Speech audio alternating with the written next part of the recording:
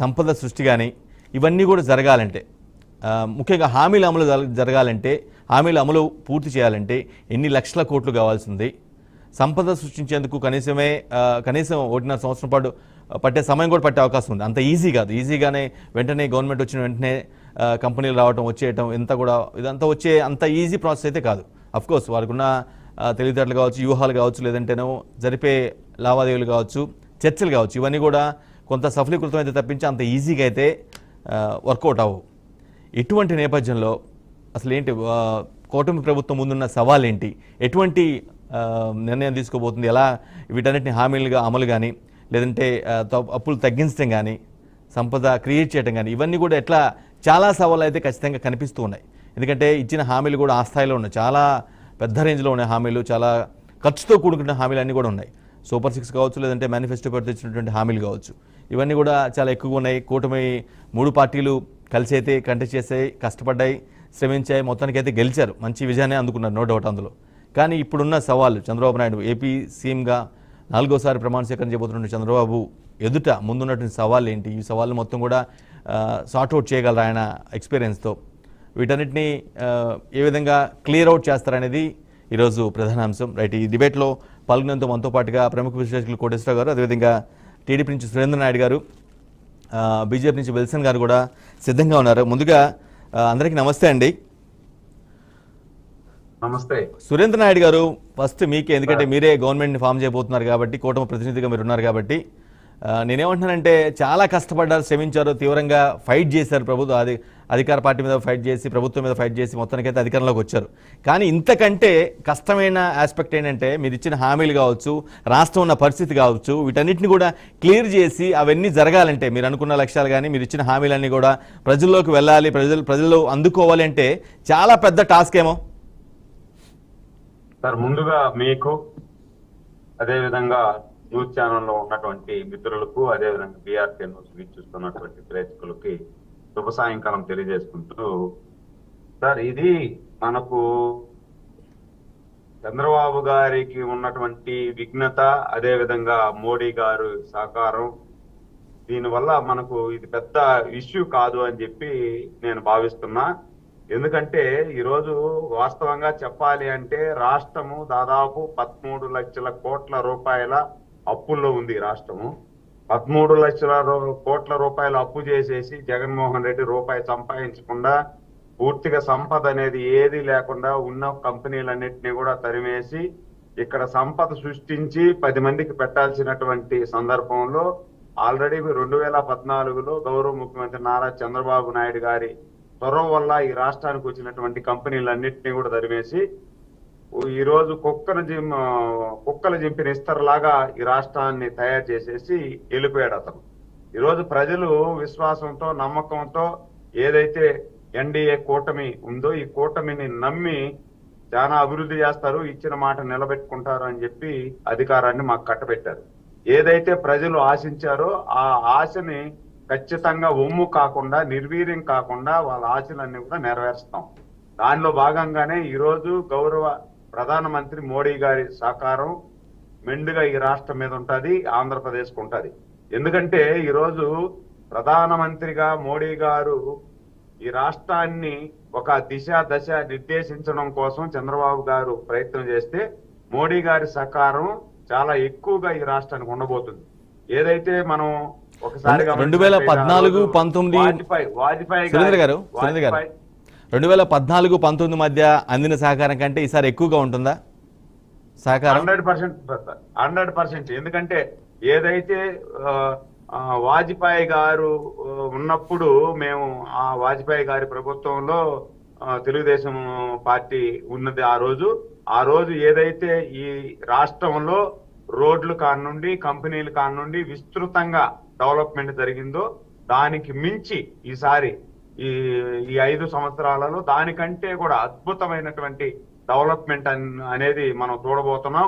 ఆంధ్రప్రదేశ్ కు కావాల్సినటువంటి సౌకర్యాలన్నీ కూడా పోలవరం కానీ, రాజధాని కానీ, అదేవిధంగా రైల్వే జోన్ కానీ, విశాఖ స్టీల్ ప్లాంట్ కానీ, కడప స్టీల్ ప్లాంట్ కానీ, ఇవన్నీ కూడా మోడీ గారి సహాయ సహకారాలతో పూర్తిగా ఈ రాష్ట్రం అభివృద్ధి పదంలో పరుగులు ఎడబడుతుంది.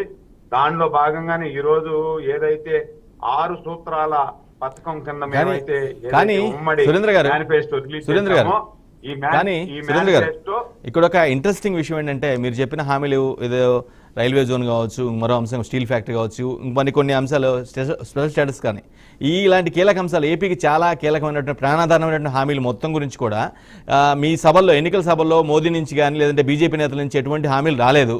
మరి ఇప్పుడు అధికారం అయితే చేపట్టబోతున్నారు, ఫామ్ చేయబోతున్నారు. అక్కడ ఆయన, ఇక్కడ మీరు. కానీ మరి జరుగుతూ ఇంప్లిమెంట్ అవుతాయా? సార్ ఈ రోజు ఇప్పుడు మోడీ గారు ఇక్కడ వాగ్దానం చేయాల్సిన అవసరం లేదు సార్. ఎందుకంటే మోడీ గారు దేశానికి ప్రధానమంత్రి, రాష్ట్రంలో ఏదైతే బీజేపీకి ఒక అధ్యక్షురాలు ఉన్నారు పురంధరేశ్వర్ గారు చెప్తే చాలు, మోడీ గారు చెప్పినట్టే. ఎందుకంటే ఈ రాష్ట్రానికి చంద్రబాబు నాయుడు గారు ఏ విధంగా అయితే తెలుగుదేశం పార్టీకి అధ్యక్షులో, అదే విధంగా పవన్ కళ్యాణ్ ఏదైతే జనసేనకు అధ్యక్షులో, ఇప్పుడు విధంగా సురేంద్ర గారు, ఇప్పుడు మీరు ఏ విధంగా అయితే అనుకున్నారో అప్పుడు కూడా అలానే అనుకున్నారు. కానీ డిఫరెన్సెస్ వచ్చి మాకు అనుకున్న హామీలు ఇవ్వలేదని చెప్పేసి చాలా కొట్టుకున్నారు, తిట్టుకున్నారు, బాగా దుర్భాషలు ఆడుకున్నారు. ఒక మాటలో చెప్పాలంటే, స్ట్రైట్గా చెప్పాలంటే. కానీ ఇప్పుడు కూడా అటువంటి పరిస్థితి రాదు అనే ఒక కాన్ఫిడెన్స్ ఉందా మీకు కానీ, మీ కూటమి నేతలకు కానీ? సార్ ఇప్పుడు కొన్ని సందర్భాలలో కొన్ని అపోహలు వచ్చి జరిగినాయి లాస్ట్ టైం. ఆ అపోహలన్నీ కూడా ఇప్పుడు తొలగిపోయాయి. ఏదైనా కూడా ఒక ఇద్దరి మధ్య భేదాభిప్రాయాలు వచ్చి విడిపోయిన తర్వాత మళ్ళా ఆ భేదాభిప్రాయాలను సరిచేసుకొని మళ్ళా కలుసుకున్నారంటే అద్భుతమైనటువంటి ఆ స్నేహ బంధం కొనసాగుతుంది. ఎందుకంటే ఆల్రెడీ మనం భేదాభిప్రాయాలు వచ్చి విడిపోయాము. ఆ భేదాభిప్రాయాలు రాకుండా ఉండాలంటే మనం ఏ విధంగా ఉండాలా అనేది మనం మళ్ళా కలిసినప్పుడు మాట్లాడుకుంటారు. ఆ విధంగానే ఈ రోజు బీజేపీకి తెలుగుదేశం పార్టీకి అద్భుతమైనటువంటి బంధం ఉంటది.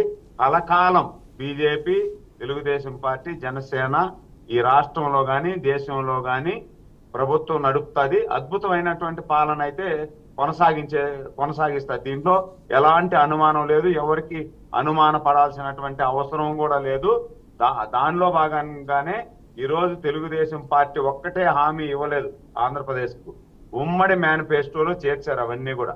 ఏదైతే బీజేపీ, తెలుగుదేశం పార్టీ, జనసేన ఉమ్మడి మేనిఫెస్టో ఉంది కాబట్టి అన్ని పార్టీలు కలిసి ఈ రాష్ట్రానికి మనం ప్రజలకు ఇచ్చినటువంటి హామీలను నెరవేర్చే బాధ్యత అందరికి ఉంది. అది తూచా తప్పకుండా 3 పార్టీలు నెరవేరుస్తారు. దీంట్లో ఎలాంటి అనుమానం లేదు.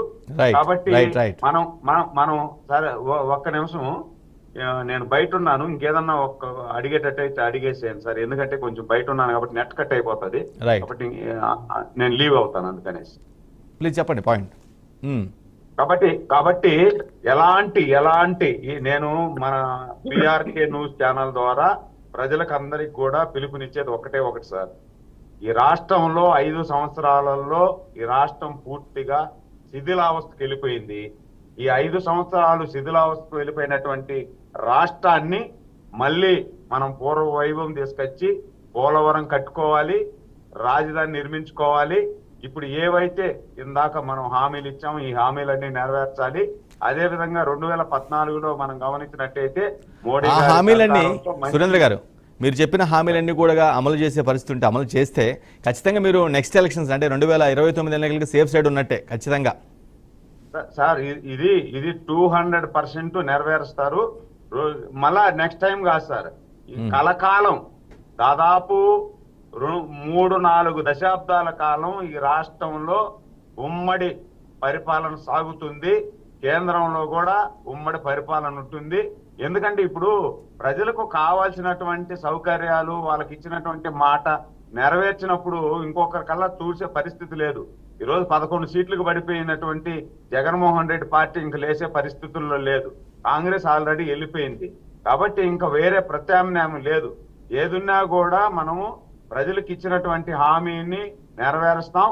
లాస్ట్ 5 సంవత్సరాలలో తెలుగుదేశం పార్టీ లేని పరిస్థితుల్లో ఈ రాష్ట్రంలో ఎన్ని ఇబ్బందులు పడ్డారు, ఆంధ్రప్రదేశ్ లో డెవలప్మెంట్ లేకుండా ఏమీ లేకుండా ఎన్ని ఇబ్బందులు పడ్డారో ప్రజలకు అర్థమైపోయింది. ఆ లోటు లేకుండా మేము తీర్చేదానికి కలకాలం ఉండిపోతాం అన్నారు సురేంద్ర గారు కలకాలం ఉండిపోతామని ఒక చాలా బలంగా చెప్తున్నారు. సేమ్ ఇప్పుడు దిగిపోయిన గవర్నమెంట్ కూడా 20 సంవత్సరాల పాటు మేము ఉంటాం, మమ్మల్ని ఎవరు టచ్ చేయాలి కూడా అన్నారు. కానీ ఫలితం చాలా తీవ్రంగా ఉంది. మేబీ అట్లా కూడా జరిగే అవకాశం ఉంటుంది. మీరు నడిచే వ్యవహారం బట్టి, మీరు పాలించే విషయాన్ని బట్టే ఉంటుంది వ్యవహారం మొత్తం కూడా. అదే సార్, ఇప్పుడు జగన్మోహన్ రెడ్డి గారు 30 సంవత్సరాలు ఉంటానన్నాడు. 30 సంవత్సరాలు ఉండాల్సి అనుకున్నటువంటి జగన్మోహన్ రెడ్డి గారు ఏం చేశారు? వచ్చిన వెంటనే, అధికారంలోకి వచ్చిన వెంటనే కూల్చివేతలతో స్టార్ట్ చేశాడు. వచ్చిన కంపెనీలను ధరివేశాడు. అభివృద్ధి ఒకటి లేదు. ఉన్ని కంపెనీలను కూడా ఆల్రెడీ ఎప్పటినుండో ఉన్న కంపెనీలను పంపించేశాడు. అభివృద్ధి లేదు, ఏమి లేదు. అప్పులు చేసి పరిపాలన చేస్తే ఇంకేం చేస్తారు ప్రజలు? 30 సంవత్సరాలు ఉన్నిస్తారా? అదే కాకుండా ఎవరైనా విమర్శించినారనుకో, విమర్శించిన వాళ్ళ మీద దాడులు, అవసరమైతే ప్రశ్నించిన వాళ్ళ మీద ఎత్తి జైలు వేయడము, ఇదే పనిగా వచ్చాడు. మీరు 5 సంవత్సరాలు ఒకసారి గమనించండి. 5 సంవత్సరాల కాలంలో ఏ రోజైనా కానీ జగన్మోహన్ రెడ్డి గారు ఒక్క రోజైనా తాడేపల్లి ప్యాలెస్ నుండి బయట వచ్చి ఒక్క మీడియా సంస్థను పిలిచి అడ్రస్ చేసిన సందర్భాలు ఉన్నాయా? నేను ఇది చేశాను, ఈ 5 సంవత్సరాలలో ఇంత అభివృద్ధి చేశాను, ఈ అభివృద్ధిని చూసి నాకు ఓట్లేయండి, లేకపోతే నేను ఏదన్నా తప్పు చేస్తుంటే నాకు చెప్పండి అని ప్రజల్లోకి వచ్చి మాట్లాడిన సందర్భాలు ఏమైనా ఉంటాయి 5 సంవత్సరాల్లో? మరి ఇన్ని 5 సంవత్సరాలలో ఏమి చేయకుండా మీకు 30 సంవత్సరాలు ఉండాలనుకుంటే ఆశపడచ్చు, 30 సంవత్సరాలు ఉండాలని. కానీ మీరు ఏం చేశారు అనేది కూడా ఆలోచిస్తారు కదా ప్రజలు. కాబట్టి మీరేం చేయకుండా 30 సంవత్సరాలు ఉండాలంటే ప్రజలు ఆలోచించారు, ఇంటికి పంపించారు. కాబట్టి మేము గత ప్రభుత్వం వెళ్ళిపోయిన ప్రభుత్వంలో వల్ల మేమేం నేర్చుకున్నామంటే, ఏది చేయకూడదు, ఏది చేయాలా, ఏది చేస్తే కలకాలం ప్రజలు మమ్మల్ని గుర్తుపెట్టుకుంటారు, ఏది చేయకపోతే మనం ఈ రాష్ట్రం నుండి వెళ్ళిపోవాలా అనేది అర్థం చేసుకున్నాం మేము కూడా. దానివల్ల గుణపాఠం చాలా నేర్చుకున్నాం మేము కూడా. కాబట్టి ఏది చేయాలనో అదే చేస్తాం, ఏది చేయకూడదో అది దాని జోలికి పోయే ప్రసక్తి లేదు. ఇచ్చిన మాట నిలబెట్టుకుంటుంది. పరిశ్రమలను కానీ, ఉద్యోగస్తులు కానీ అందరికీ కూడా న్యాయం చేసే ప్రభుత్వం మాది.